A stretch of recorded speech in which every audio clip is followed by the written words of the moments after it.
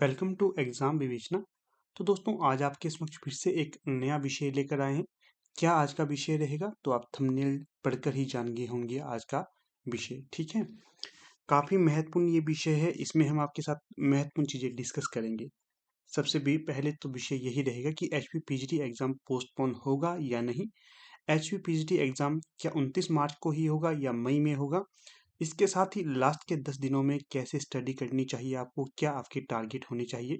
ठीक है, और प्रैक्टिस सेट पर कितना फोकस आपको करना है, इन चीज़ों को हम यहाँ पर डिस्कस करेंगे आज। तो चलिए देख लेते हैं। तो देखिएगा,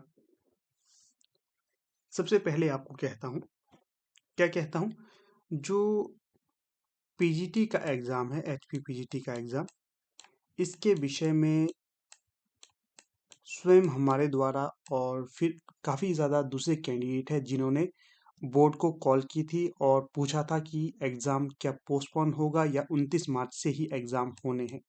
इसके संबंध में देखिए, बोर्ड के द्वारा बार बार यही जोर दिया जा रहा है कि आपके एग्ज़ाम 29 मार्च को नहीं होंगे। ये बता रहे हैं कि मई में आपके एग्ज़ाम होंगे, मई के लिए ये पोस्टपोन हो जाएंगे। 3-4 दिनों में आपके पास पूरा का पूरा जो शेड्यूल होता है एग्ज़ाम का, वो भी आपको मिल जाएगा, ऐसा कह रहे हैं बोर्ड वाले। अगर किसी को संदेह है तो वो मुझे व्हाट्सएप कर सकता है। व्हाट्सएप नंबर हमारा है 8219312129। इस पे हमने रिकॉर्डिंग भी की गई है हमारे द्वारा, और कैंडिडेटों ने भी हमें रिकॉर्डिंग सेंड की है, तो मैं आपको वो रिकॉर्डिंग सुना सकता हूँ। ठीक है, तो ये तो हमारी पहली बात थी। फिर देखिए, कुछ एक और चीज़ें आपको कहने जा रहा हूँ मैं। अब ऐसा है दोस्तों, एग्ज़ाम चाहे मार्च में हो, अप्रैल में हो या मई में हो, इससे आपको ज़्यादा प्रभावित नहीं होना है। क्यों? क्योंकि देखिए, अगर मान लीजिए, अगर आपके पास अब 10 दिन शेष रहे हैं एग्ज़ाम के लिए, अगर हम 29 मार्च के हिसाब से चलते हैं, तो ये जो मार्च में एग्ज़ाम होता है तो सभी के लिए एक समान यहाँ पर तैयारी रहेगी। ऐसा नहीं है कि जो जल्दी एग्ज़ाम होता है कि इससे सिर्फ आप ही प्रभावित होंगे। सिर्फ आप इससे प्रभावित नहीं होंगे, अन्य जो भी कैंडिडेट एग्ज़ाम की तैयारी कर रहे हैं वे सब इससे प्रभावित होंगे। तो इस समय अपने मन को बहुत ज़्यादा शांत रखिए, बहुत ज़्यादा शांत। क्यों? ये वो समय है, अगर आप इस समय अपने मन को आप शांत रखते हो और जो लास्ट के 10 दिन होते हैं इसमें शांति से तैयारी करने लग जाते हो, तो ये आपके लिए बेहद ज़्यादा बेनिफिशियल साबित होगा अन्य लोगों के मुकाबले। जो इस समय अपने आप को संयमित रखता है, वो बाकी के कैंडिडेट से अलग हो जाता है। क्यों? क्योंकि देखिए, ये ज़्यादा महत्वपूर्ण नहीं होता है कि आपने कितने सालों से तैयारी करी है। क्या आप 1 साल से तैयारी कर रहे हैं या 2 साल से कर रहे हैं या 3 साल से कर रहे हैं? ये कुछ भी ज़्यादा मैटर नहीं होता है। मान लीजिए आपने तैयारी की है लास्ट 6 मंथ से, अब तक भी आप निरंतर तैयारी करते जा रहे हो, ठीक है? रुके नहीं हो आप, और ना ही आपने इस एग्ज़ाम का प्रेशर कुछ लिया है। प्रेशर तो वैसे देखिए बोलना आसान होता है, प्रेशर सभी के ऊपर होता है, परंतु कुछ ऐसे प्रेशर लेते हैं वो अब स्टडी करना भी छोड़ देते हैं। उनको पता नहीं होता अब आगे क्या करना है। इस तिथि के चक्कर में भी इतने कंफ्यूज हो गए हैं तो वो अब स्टडी भी नहीं कर पा रहे हैं। ठीक है, ये होती है सबसे खतरनाक चीज। इसको आपने अपने ऊपर इम्प्लीमेंट नहीं होने देना है। क्यों? आपको जैसे मैंने पहले ही बताया, चाहे मार्च में एग्जाम हो या मई में हो, चाहे अप्रैल में हो, इससे जो एग्जाम होगा सभी के लिए कम समय मिलता है तो सभी को कम समय मिलेगा, अधिक समय मिलता है तो सभी को अधिक समय मिलेगा। ठीक है, तो जैसी भी परिस्थिति अब क्यों ना हो, आपको तैयार रहना होगा उसके लिए। अब ऐसा नहीं है कि ये चीज़ें हमारे हाथ में, ये सारी चीज़ें हैं बोर्ड के हाथ में। बोर्ड अब जैसा करना चाहे वो कर सकता है, परंतु ये बात भी ज़रूरी है कि देखिए, बोर्ड ने 2 2 हाँ, 2 से 3 महीने पहले ही जो नया सिलेबस दिया था, और ये सिलेबस कोई नॉर्मल सिलेबस नहीं है, बहुत ही वाइड सिलेबस है। किसी भी विषय की बात करूँ, अगर मैं यहाँ पर बात करता हूँ हिंदी विषय की, तो हिंदी विषय का जो सिलेबस है 200, मानो बहुत ही लेंथी सिलेबस है ये, बहुत ही लेंथी। इतना सिलेबस आपने शायद पहले नहीं देखा होगा, तो अगर आप पहली बार तैयारी कर रहे हैं तो आपके लिए ये बहुत ही लंबा सिलेबस है। ना केवल हिंदी, अगर आप इंग्लिश का देख लेते हैं या फिर हिस्ट्री का देख लेते हैं, कोई भी विषय आपका हो, सभी का सिलेबस बहुत ही लेंथी है। खैर, इस विषय को साइड कर लेते हैं अब इस समय हम। अब ये देखिए, महत्वपूर्ण ये है कि आप अपने आप को स्थिर रखिए, जितना भी आपने पढ़ लिया है उसको ज़्यादा से ज़्यादा आप रिवाइज करते रहिए, आपके लिए यही फायदेमंद साबित होगा। ठीक है ना? मैं जो कहना चाह रहा हूँ वो आप समझिए। अब भावनाओं में आपको डूबने की आवश्यकता नहीं है, अगर आप भावनाओं में डूबोगे तो आपको यहाँ से नुकसान हो सकता है। ठीक है, चलिए आगे देख लेते हैं। आपको मैंने बता दिया है, किसी को अगर पीजीटी एग्जाम की तिथि से संबंधित कोई जानकारी चाहिए होगी कि एग्जाम कब होगा, उसके लिए हमने ऑडियो भी अपने पास रखी है। किसी को चाहिए होगी तो वो हमें व्हाट्सएप कर सकता है। व्हाट्सएप नंबर है हमारा 8219312129। हमें व्हाट्सएप कर सकता है और ऑडियो जिसको चाहिए होगी तो हमसे ले सकता है। वैसे जो मैंने आपको चीज़ें बता दी यहीं से आपको स्पष्ट होना चाहिए, आपको ऑडियो की आवश्यकता नहीं होनी चाहिए। फिर भी किसी को चाहिए तो वो हमें व्हाट्सएप करिए, मैं आपको ऑडियो दे दूंगा, आप भी स्वयं सुन सकते हैं उस ऑडियो को। फिर देखिए दूसरी बात ये रहती है कि पीजीटी के लिए अंतिम समय कैसे तैयारी करें, इसको हम बाद में देख लेते हैं। अब देखिए जब तक हमें ऑफिशियल नोटिफिकेशन नहीं आएगा ना मित्रों, तब तक आप यही मान के चलिए कि 29 मार्च को ही आपका एग्जाम होगा। किसी भी अन्य अफवाह में आप विश्वास मत करिए। क्या? क्योंकि अभी तक देखिए हमें हमारे पास कोई भी नई तिथि नहीं दी गई है। ये जो ऑफिशियल टेंटेटिव डेट है वो 29 मार्च ही है। बाकी कोई भी दूसरी तिथि अभी हमें बोर्ड के द्वारा नहीं दी गई। जो दी गई है वो 29 मार्च की ही दी गई है। ये आशा कर रहा हूँ कि कुछ दिनों में ये हमारा जो नया शेड्यूल हमें दे सकते हैं, परंतु अभी तक की इसकी संभावना कुछ भी व्यक्त नहीं की गई है। ना ही अभी तक कोई एडमिट कार्ड आया है, ना ही कोई इनकी दूसरी नोटिफिकेशन आई है। अभी तक जो पहले इन्होंने टेंटेटिव डेट डिसाइड की थी 29 मार्च वाली, वही अभी तक चली हुई है। कुछ कह रहे हैं कि जो मैंने आपको बताया अप्रैल में एग्जाम हो रहा है, कुछ कह रहे हैं मार्च में ही हो रहा है, कुछ कह रहे हैं मई में हो रहा है। इस पर अभी आप कुछ भी विश्वास मत करिए। जो भी विश्वास करना है वो 29 मार्च को लेकर ही चलें, ठीक है। अब कितना टाइम रहा है? आज देखिए 20 हो गई। अब आपके पास सिर्फ 9 दिन शेष रह चुके हैं, ठीक है। 9 दिन में आपके पास कुछ ना कुछ जल्द ही अब इसका अपडेट आ जाएगा, ठीक है। चाहे मार्च में एग्जाम होना हो, चाहे अप्रैल में हो, चाहे मई में होना हो, संभावना या 29 मार्च की बहुत ही कम संभावना है। क्यों? क्योंकि देखिए पूरा शेड्यूल स्थापित करना होता है, एडमिट कार्ड जारी करने होते हैं, और जो स्टाफ तैयार करना होता है वो कुछ भी इन्होंने अभी तक नहीं किया है। तो 29 मार्च की तो वैसे कोई संभावना नहीं है। फिर भी ऑफिशियल नोटिफिकेशन का आप इंतजार करिए। क्या कहते हैं ऑफिशियल नोटिफिकेशन में, उसी को हम आपके साथ दोबारा चर्चा करेंगे। बात करते हैं पीजीटी के लिए अंतिम समय कैसे तैयारी करनी है आपको। अभी आपके लिए जो हम इस शेड्यूल के अनुसार बात कर रहे हैं तो लगभग 9-10 दिन शेष रहे हैं आपके पास। वैसे अगर ध्यान से जो आपको ये चीज़ें मैंने बताई, अगर ध्यान से आप तैयारी करोगे, जो आपने नोट्स बनाए हैं, जो भी आपने स्टडी मैटर अपने पास इकट्ठा किया है, उसको अगर आप ध्यान से बार बार रिवाइज करोगे, खासकर अगर मैं बात करूंगा हिंदी विषय की। हिंदी विषय में ऐसा होता है, अगर आप बार बार हर चीज़ों को जो आपने लिखा है उसको रिवाइज करते रहोगे, ये आपके लिए फायदेमंद साबित होगा, बेहद ज़्यादा फायदेमंद साबित होगा ये, ठीक है ना। क्योंकि नई चीज़ें अब आपको उतना ज़्यादा आपके माइंड में नहीं जाएंगी। जो आपने पहले से पढ़ी हुई हैं, जो आपने नोट्स बनाए हुए हैं, चाहे आपके पास स्टडी मैटर आपने खरीदा है कहीं से, कुछ भी क्यों ना हो, उसको आप बार बार रिवाइज करते रहिए। वही आपके लिए फायदेमंद साबित होगा। नया कुछ भी आपको फिलहाल पढ़ना नहीं है। आप लोग तो शायद इस चीज़ से भली भांति परिचित होंगे, किस बात से, कि आपके 2 पेपर होंगे। हाँ, आप लोगों ने, मुझे लगता है सभी ने सिलेबस तो निकाल ही लिया होगा। ऐसे कोई भी कैंडिडेट नहीं होंगे कि जिसने सिलेबस नहीं निकाला होगा। सिलेबस आप लोग सभी निकाल लीजिए। सभी को आपको पता होना चाहिए कि आपको आपका जो एग्जाम होगा ये 2 पेपर में होगा। कैसे? एक तो होगा पेपर 1, दूसरा होगा आपका पेपर 2। पेपर 1 में क्या क्या चीजें आपको करवाई जाएंगी, क्या क्या चीजें आएंगी, इसमें देखिए 15 नंबर का आएगा आपको एचपीजी के और करंट अफेयर। दूसरा 15 नंबर का आएगा इंडिया और इंटरनेशनल जीके और करंट अफेयर। 10 नंबर की आपको हिंदी ग्रामर आएगी। 10 नंबर की आपको इंग्लिश ग्रामर आएगी। ये तो है फर्स्ट पेपर की बात। यहाँ पर क्वेश्चन आएंगे आपको 50, और हर क्वेश्चन की वैल्यू कितनी होगी, इसमें 2 नंबर की वैल्यू होगी यहाँ पर। तो टोटल 100 नंबर का होगा फर्स्ट पेपर आपका, ठीक है। ये रहेगा।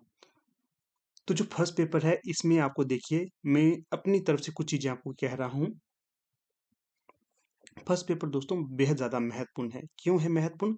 क्योंकि मैं जैसे हिंदी विषय से संबंध रखता हूँ, तो हमारे जो फर्स्ट पेपर में अच्छी कमांड नहीं होती। जरूरी नहीं है कि सभी की अच्छी कमांड नहीं होती है।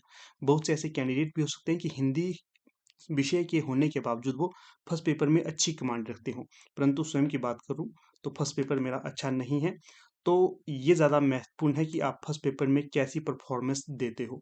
अगर आप फर्स्ट पेपर में अच्छी परफॉर्मेंस देंगे, आप मतलब 18 क्वेश्चन यहाँ से ठीक करके आओगे तो ये ज़्यादा महत्वपूर्ण है और तभी आपका सेकंड पेपर भी चेक होगा। अन्यथा अगर मान लीजिए आपने 17 क्वेश्चन भी क्यों ठीक ना, आपके मान लीजिए 17 क्वेश्चन ही फर्स्ट पेपर में ठीक होते हैं और सेकंड पेपर में करते हैं आप 80 प्लस क्वेश्चन ठीक, तो इसकी वैल्यू हो जाती है बिल्कुल खत्म।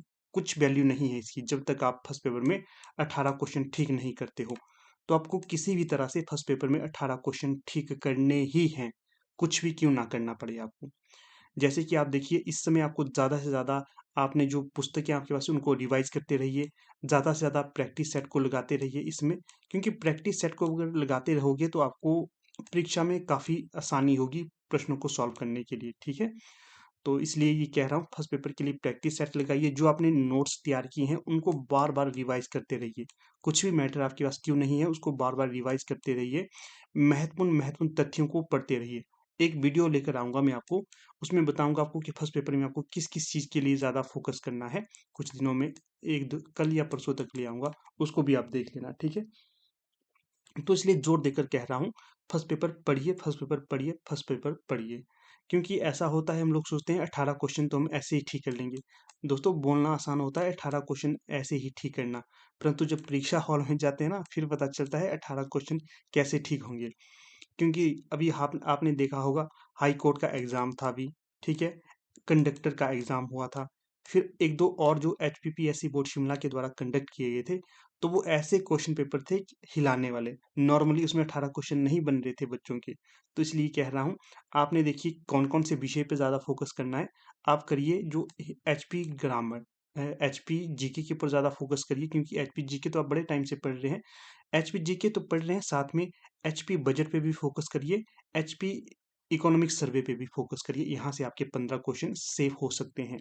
साथ में आपने क्या करना है, जितने भी प्रीवियस ईयर के क्वेश्चन पेपर आपके पास अवेलेबल हैं या फिर आपको यूट्यूब पे तो मिल जाएंगे, यूट्यूब पे नहीं तो गूगल पे सर्च करिए, वहाँ पर आपको सारे के सारे मिल जाएंगे जितने भी पहले क्वेश्चन जितने भी एग्जाम हुए, चाहे वो कॉलेज कैडर हो। कॉलेज कैडर मतलब असिस्टेंट प्रोफेसर के जो एग्जाम हैं किसी भी विषय के, वो आपको मिल जाएंगे गूगल पे सर्च करने से PDF। इनको आप पढ़ते रहिए ज़्यादा से ज़्यादा। कोशिश तो मैं कर रहा हूँ कि आपके लिए असिस्टेंट प्रोफेसर के जितने भी क्वेश्चन पेपर थे उनके GK सेक्शन करवाऊँ, हिंदी सेक्शन करवाऊँ और इंग्लिश सेक्शन करवाऊँ, परंतु थोड़ा सा समय का अभाव है जिस कारण नहीं करवा पा रहा। परंतु ये पहल आपको स्वयं करनी है। आप गूगल पे सर्च करिए असिस्टेंट प्रोफेसर, जितने भी क्वेश्चन पेपर मिल जाएंगे हिमाचल प्रदेश के, उनको आप ज़्यादा से ज़्यादा पढ़ते रहिए। वहाँ से आपको एक आधार मिल जाएगा, आपको पता चलेगा कि किस आधार से आपको तैयारी करनी है। तो इस पे आपको फोकस करना है। वहाँ से देखिए आपका HP GK भी हो जाएगा, करंट अफेयर भी हो जाएगा और इंडिया और इंटरनेशनल जीके भी वहाँ से आपका कवर हो जाएगा, और साथ में हिंदी और इंग्लिश भी कवर हो जाएगी। बाकी देखिए जो इंग्लिश ग्रामर पे मैं आपको ज़्यादा फोकस नहीं करूँगा कि ये भी नहीं कहूँगा कि आप ज़्यादा फोकस इंग्लिश ग्रामर पे करें। क्यों? क्योंकि देखिए नया विषय है कि हिंदी वालों का थोड़ा इंग्लिश ग्रामर वीक रहता है, तो अगर आप इंग्लिश को छोड़ देंगे तब भी आपके पास 40 नंबर का स्टडी मैटर आपके पास उपलब्ध रहता ही है। आप इस पे फोकस करिए, यहीं से आपके 18 क्वेश्चन ठीक हो सकते हैं। तो मुझे पूर्ण आशा है कि ये फर्स्ट पेपर के लिए जो मैंने आपके साथ चर्चाएं की वो आपके लिए फायदेमंद साबित हो सकती हैं, अगर आप इसी आधार से तैयारी करते हो तो। P/Q को ज़्यादा से ज़्यादा सॉल्व करते रहिए, शॉर्ट नोट्स आपने जो तैयार किए हैं उनको ज़्यादा से ज़्यादा रिवाइज करते रहिए, यही आपके लिए फायदेमंद साबित होंगे। अब देखिए आता है हमारा दूसरा पेपर, सिलेबस के अंतर्गत ही कर रहा हूँ दूसरा पेपर। जो सेकंड पेपर है ये भी आगे आपके दो भागों में डिवाइडेड है। एक तो होगा आपके सब्जेक्ट के अनुसार 80 नंबर का, वहीं से आपसे पूछा जाएगा। दूसरा होगा B.Ed पोर्शन। जो B.Ed पोर्शन है ये इस बार हमें नया लगा है, तो नया लगा है इसको तो पढ़ना ही पड़ेगा किसी भी हालत में। इसके लिए देखिए सीमित सा सिलेबस है B.Ed पोर्शन का। अगर आपने सिलेबस देखा होगा ना, ज़्यादा बाइट नहीं है। चार इसमें आपको 4 यूनिट लगी है, छोटी-छोटी सी 4 यूनिट है। अगर आप देखिए अगर आपने स्वयं के नोट्स बनाए हों तो आप उनको पढ़िए, नहीं तो देखिए हमारी टीम के द्वारा भी एक बुक निकाली गई है B.Ed पोर्शन के लिए। अगर आप उसको ढंग से पढ़ोगे ना दोस्तों, B.Ed पोर्शन से नंबर खींचना भी बहुत आसान है। क्यों? क्योंकि सीमित से टॉपिक इसमें दिए गए हैं। अगर आप हमारी बुक से पढ़ते हो या किसी और की बुक आपने ली होगी, ये मैं नहीं कह रहा हूँ कि आप हमारी ही बुक लीजिए। किसी की बुक भी आपने क्यों नहीं ली है, उससे पढ़ोगे तो आपके B.Ed के जो 20 नंबर हैं, B.Ed 20 नंबर में से अगर आप अच्छे से पढ़ते हो, 17-18 क्वेश्चन आपके कहीं नहीं जाते हैं। 20 में से 17-18 क्वेश्चन आप इजीली कर लोगे। इस पर बात मानिए, इस पे ज़्यादा फोकस करिए, आपके लिए फ़ायदेमंद साबित होगी ये चीज़ें। ठीक है ना? तो इस पे ध्यान रखिए। बाकी प्रत्येक विषय का अपने से 80 नंबर का आएगा। अगर हिंदी विषय की बात करूँ मैं, तो हिंदी विषय के लिए देखिए, जो हमें नया सिलेबस लगा है वो लगा है आपको कितने नंबर का, लगभग 25 एक नंबर का नया सिलेबस लगा है। बाकी 20 नंबर का आप लिखिए, 20 से 25 नंबर का हमें नया सिलेबस लगा हुआ है। बाकी 55 नंबर का आपको वही पुराने वाला सिलेबस है। इसलिए आपने जो आपके पास पहले की पुस्तकें हैं उनको आप पढ़ते रहिए, जो आपने नई नए सिलेबस के अकॉर्डिंग बुक्स ली है उनको पढ़ते रहिए। जैसे हमारे साथ जो तैयारी कर रहे हैं, हमने तो लगभग सारा सिलेबस कवर करवा ही दिया है, नया सिलेबस हो चाहे पुराना सिलेबस हो। तो आपने नोट्स बनाए होंगे, तो आप इस पे भी अधिक से अधिक फोकस करते रहिए। क्योंकि देखिए, फर्स्ट पेपर में अगर आप पास होंगे तो यही वो 100 नंबर है जो आपको मेरिट में स्थान दिलाएंगे। यहीं से आपकी सारी मेरिट बनेगी, यही वो पोर्शन है। अधिक से अधिक आप अपने जो नोट्स आपने तैयार किए हैं उन पर फोकस करते रहिएगा। क्योंकि नया अगर आप इसमें पढ़ोगे तो आपको थोड़ा सा कंफ्यूजन भी हो सकती है। कब तक आपने नया नहीं पढ़ना है, जब तक आपके पास पूरी जो शेड्यूल नहीं आता है। अभी आप 29 तक का वेट करिए, कुछ दिनों में आपके पास पूरी इसकी तिथि पता चलेगी, आपको कब क्या परीक्षा होने वाली है। तब तक, जब तक नया नहीं आता है, तब तक आप अपना पुराना ही रिवाइज करते रहिए, और मॉक्स और प्रैक्टिस सेट लगाते रहिए। आप मॉक्स और प्रैक्टिस सेट लगाते रहिए, आपके लिए फायदेमंद साबित होंगे ये। आगे मैं आपको पूरा करके बताऊंगा कैसे कैसे क्या करना है। फिर क्या है, हाँ, कई बच्चे ये भी कह रहे थे कि जो हमारे पेपर होंगे ना, पेपर 1 और पेपर 2, ये क्या अलग अलग दिन होंगे या एक ही दिन होंगे? देखिए, जितनी भी परीक्षाएं मैंने 2 पेपर वाली दी थी, चाहे वो एचपी सेट की क्यों ना हो, चाहे वो नेट की क्यों ना हो, इसमें देखिए 2 पेपर होते हैं और ये दोनों होते हैं एक ही दिन। तो मुझे पूरी संभावना लग रही है कि जो आपकी पीजीटी के एग्जाम होंगे वो एक ही दिन होंगे। सुबह के समय आपका पेपर बंद होगा, सुबह के समय पेपर बंद होगा, उसी दिनांक में शाम के समय आपके सेकंड पेपर होगा। ठीक है ना? तो ये मान के चलिए, अलग अलग दिन कुछ नहीं होगा। जो पहले एक दिन डिसाइड की जाएगी, मान लीजिए आपके एग्जाम होते हैं 6 मई से स्टार्ट, ठीक है, हिंदी की बात करूँ, 6 मई को हिंदी का होता है। तो 6 मई के ही दिन फर्स्ट पेपर होगा आपका सुबह, और सेकंड पेपर होगा आपका शाम को, या कुछ अलग से जो भी आपके शेड्यूल देंगे उस हिसाब से होगा, या फिर इकट्ठे भी दोनों पेपर हो सकते हैं। ठीक है, पर होंगे एक ही दिन। ठीक है ना? और ये भी आपको यहाँ पर बता देता हूँ, आपको पता होगा कि यहाँ पर वैसे तो बताना इतनी जरूरी नहीं है, सभी जानते होंगे कि नेगेटिव मार्किंग होगी आपको इसमें। नेगेटिव मार्किंग होगी तो 1/4 होगी ये नेगेटिव मार्किंग, अर्थात जब आप 4 क्वेश्चन गलत करते हो तब जाकर आपका 1 नंबर कटता है। तो इसका मुझे लगता है इसका भी आपको नॉलेज होगा ही होगा। फिर आगे चलते हैं हम किस चीज़ के लिए। अब बहुत से कैंडिडेट क्या हो रहे हैं, परेशान हो रहे हैं। जो मैंने चीज़ें पहले ही बताई, फिर से इनको रिपीट कर रहा हूँ। परेशान नहीं होना दोस्तों, जो भी आपने पढ़ा है वो आपने इनफ पढ़ लिया है। क्योंकि ये जो समय है 29 मार्च के लिए जो बात कर रहा हूँ, सभी के लिए ये परेशानी वाला समय हो सकता है, परंतु आपने परेशान नहीं होना है। क्योंकि यही वो समय होता है, अगर आप इस समय अपने आप को स्थिर रख पाते हो ना, तो सब कुछ सरलता से हो जाता है। ये ज़्यादा मैटर नहीं करता है, आप 3 साल से तैयारी कर रहे हैं, 2 साल से तैयारी कर रहे हैं, या फिर 1 साल से तैयारी कर रहे हैं, या फिर लास्ट 6 महीने से तैयारी कर रहे हैं। अगर 6 महीने वाला अपने आप को स्थिर रख पाता है, और पेपर की तिथि तक, अर्थात जब तक एग्जाम की डेट नहीं आती तब तक लगातार पढ़ता रहता है, वो 3 या 2 साल वालों से बेहतर कर सकता है। क्यों? क्योंकि वो अपने आप को स्थिर रख रहा है। जो 3 साल पहले वाला है, अपने आप को स्थिर नहीं रख पाता, तो वो उसकी स्टडी कुछ किसी काम की नहीं है, जीरो हो जाती है वो। तो कई बार हमने भी स्वयं ये गलतियां की हैं। लंबे समय से तैयारी कर रहे होते थे, तो जब परीक्षा का अंतिम समय आता था, तो पूरी डेट का पता नहीं चलता था, तो हम लोग परेशान हो जाते थे। इसलिए भोगी हुई चीजें आपको बता रहा हूँ, परेशान नहीं होना है। चाहे आप लोगों ने अभी 6 महीने से ये तैयारी क्यों ना करी हो, अगर आप शांत रहोगे तो आप बेहतर से बेहतर परफॉर्म कर सकते हो। इन चीज़ों को गांठ बांधिए, भुगती हुई चीज़ें हैं इसलिए आपको ये बता रहा हूँ, ये आप अच्छे से कर सकते हो। ठीक है ना? तो यहाँ पर एक और चीज़ आपको बताने जा रहा हूँ कि जो आप लोगों से ज़्यादा चर्चा मत करिए इस मसले के बारे में। अगर लोगों से ज़्यादा चर्चा करते हो तो काफ़ी सारी चीज़ें हैं जो आपको प्रभावित कर सकती हैं उनकी बातें। कई आप कह सकते हैं कि तुम्हारा एग्ज़ाम नहीं आ रहा है, आपका एग्ज़ाम नहीं होगा, आप इतने समय से पढ़ रहे हो, अच्छा रिस्पॉन्स नहीं कर रहे हो, कुछ भी कह सकता है जिससे आप प्रभावित हो सकते हैं। तो इसलिए परेशान नहीं ना होना है, ना किसी को करना है, ना ही दूसरों के साथ व्यर्थ की गप्पे मारनी है। अब देखिए अधिक से अधिक समय आपको क्या करना है, अपनी स्टडी पे लगाना है। अब मान लीजिए 10 दिन आपके पास शेष रहे हैं। इस इन 10 दिनों में आप ऐसी तैयारी करिए कि आपको स्वयं को लगे कि मैंने इन 10 दिनों में लगभग 1 महीने के बराबर स्टडी की है। कितनी? 1 महीने के बराबर स्टडी की है। अधिक समय अपनी स्टडी को दीजिए। व्यर्थ की बातों में चर्चा मत करिए, व्यर्थ की चर्चा मत करिए, व्यर्थ में समय व्यतीत मत करिए। जो भी देखिए मैं जो हिंदी वालों के लिए ऑडियो लेक्चर बनाता हूँ ना, तो उनको आप अधिक से अधिक सुनते रहिए, आपके लिए फ़ायदेमंद साबित होंगे। जो दूसरे विषय वाले हैं वो भी अपने अपने जो आपने यूट्यूब चैनल सब्सक्राइब किए होंगे उनको सुनते रहिए, वहीं से आपको फ़ायदा मिलेगा, ना कि व्यर्थ की बातें करने से। इन 10 दिनों को अगर आप ज़्यादा गौर से तैयारी करते रहोगे तो आगे ये 10 दिन आपके लिए अच्छा रिज़ल्ट दे सकती हैं। आप पीजीटी लग सकते हो, ठीक है? तो समय बर्बाद मत करिए, ये आपके लिए फ़ायदेमंद होगा। अगर समय बर्बाद करते हो तो ये आपके लिए नुकसान दे सकता है, आपको जो आपके टारगेट से दूर कर सकता है। ठीक है? मुझे पूर्ण आशा है कि मैं जो कह रहा हूँ आपको ये चीज़ें समझ आ रही होंगी। फिर देखिए अंतिम समय में आपको यहाँ पर कुछ एक चीज़ें और बता देता हूँ।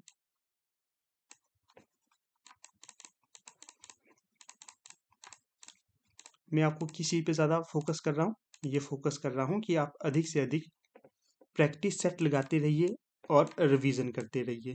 प्रैक्टिस सेट लगाते रहिए और रिवीजन करते रहिए। जो हमारी टीम के द्वारा हिंदी विषय के लिए पीजीटी हिंदी के लिए प्रैक्टिस सेट अवेलेबल करवाए गए हैं। पहले भी आपको बताया था, अब भी बता रहा हूँ। अगर अधिक से अधिक आप इन प्रैक्टिस सेट की तैयारी करोगे ना, तो आपके लिए फ़ायदेमंद साबित होंगे। रिवीजन के लिए भी हमारी टीम द्वारा नोट्स अवेलेबल करवाए गए हैं। प्रैक्टिस सेट को ज़्यादा फोकस से करिए और ये मैं यहाँ पर कहूँगा कि नोट्स को आप अपने ही ज़्यादा से ज़्यादा रिवाइज़ करते रहिए। क्यों? क्योंकि आपने अपने हिसाब से नोट्स बनाए होंगे, तो अगर कोई नोट्स हमारी टीम द्वारा बनाए हुए लेना चाहता है तो ले सकता है, परंतु प्रैक्टिस सेट को तो लेना ही चाहिए। उनको आप अधिक से अधिक रिवाइज़ करिए तो आपको फ़ायदा होगा इनसे। क्योंकि जो ये प्रैक्टिस सेट है, कैसे प्रैक्टिस सेट है? सिर्फ़ इसमें आपको उत्तर ही नहीं दिए गए। मान लीजिए आपसे पूछा गया है 84 84 सिद्धों की संख्या कितनी थी? तो बताया जाएगा सिद्धों की संख्या थी 84।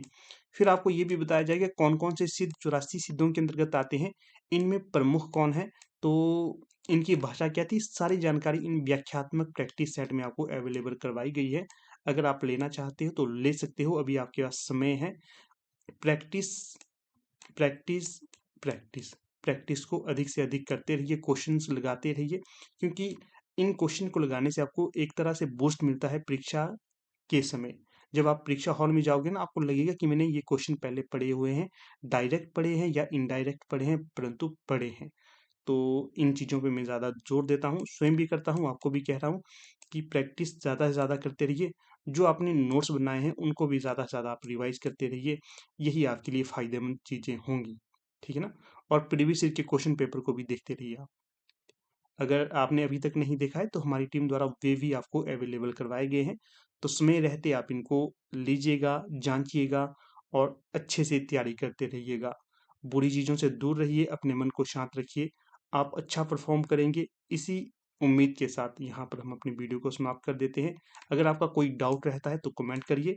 अगर आप व्हाट्सएप में जानकारी प्राप्त करना चाहते हैं तो व्हाट्सएप भी कर सकते हो, नंबर हमने आपको यहाँ पर बता दिया है, ठीक है? और ठीक है, अब यहाँ पर वीडियो समाप्त कर लेते हैं। आप लोग वीडियो के अंदर बने रहिए। इसका बहुत बहुत धन्यवाद।